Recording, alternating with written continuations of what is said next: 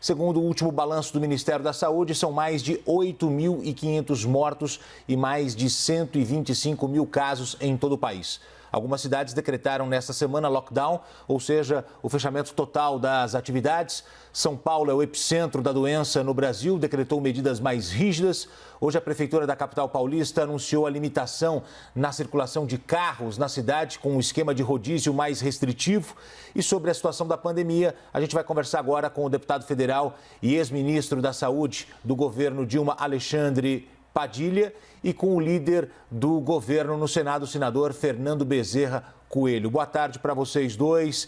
Alexandre, vou começar com você. Como é que você avalia o atual momento que o Brasil está enfrentando o coronavírus? Boa tarde, obrigado por atender aqui o jornalismo da CNN. Boa tarde, fazer uma saudação ao senador Fernando Bezerra Coelho. O Brasil está no olho do furacão, está no epicentro da pandemia, é o país em situação mais grave no hemisfério sul. E estamos falando que nós estamos começando ainda, né, o momento mais crítico da pandemia. Nós estamos começando o outono, tem pelo menos mais um mês de outono, temos mais 3 meses de inverno.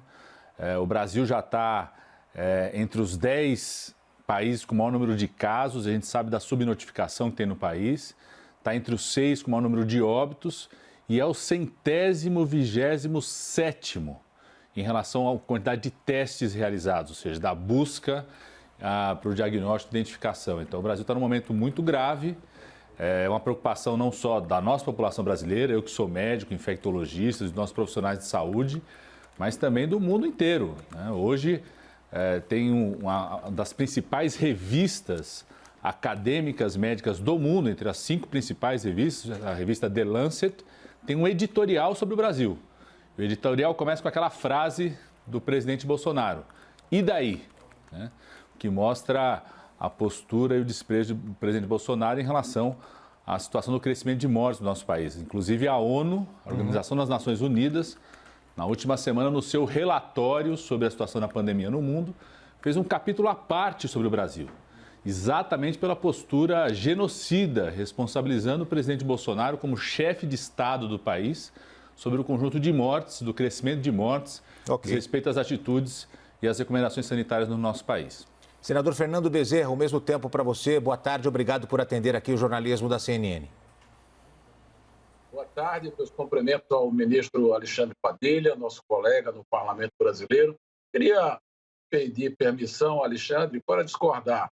Na realidade, eu prefiro destacar as ações que o governo federal tem tomado no sentido de amenizar, mitigar os efeitos dessa pandemia que afeta o Brasil e afeta o mundo inteiro. O governo já viabilizou mais de 150 bilhões de reais, 100 bilhões para proteger os trabalhadores informais, mais de 50 milhões de brasileiros já receberam o auxílio emergencial e também protegendo os trabalhadores com carteira assinada.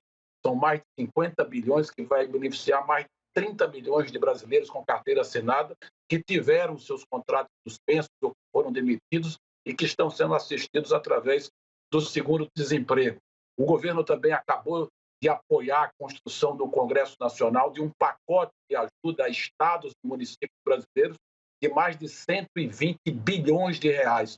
Recursos que estão sendo transferidos para que os estados e os municípios possam enfrentar os efeitos do combate ao coronavírus, para comprar equipamentos, respiradores, instalar hospitais de campanha, comprar insumos, medicamentos.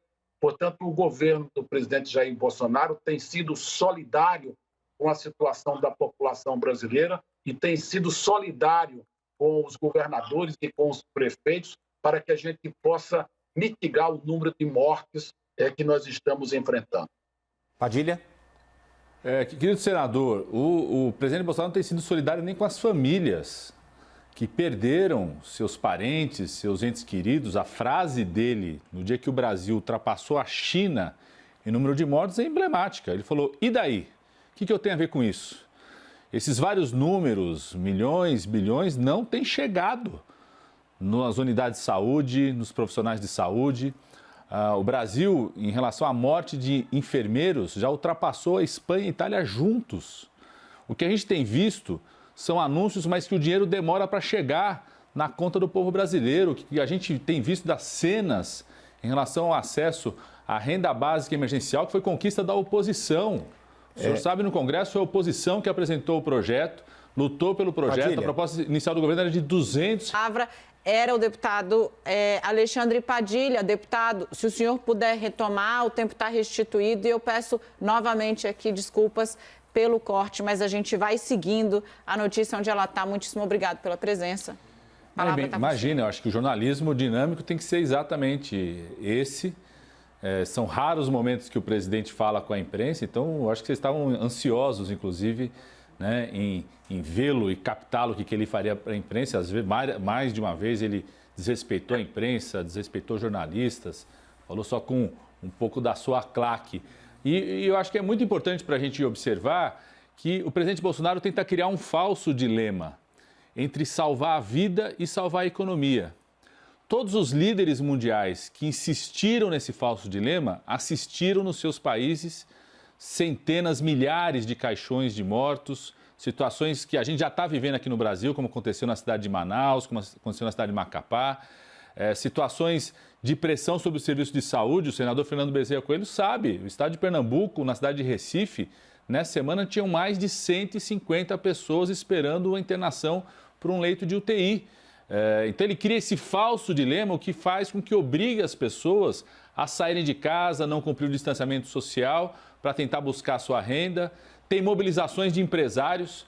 No Pará, empresários fizeram mobilizações contra o distanciamento social, dizendo que tinha que voltar ao comércio, mas quando teve o colapso do sistema de saúde, eles pegaram um jatinho, uma UTI aérea e vieram se tratar em São Paulo, deixando a população sem hospitais, sem serviços para o seu atendimento na região metropolitana de Belém. Então não existe essa dicotomia.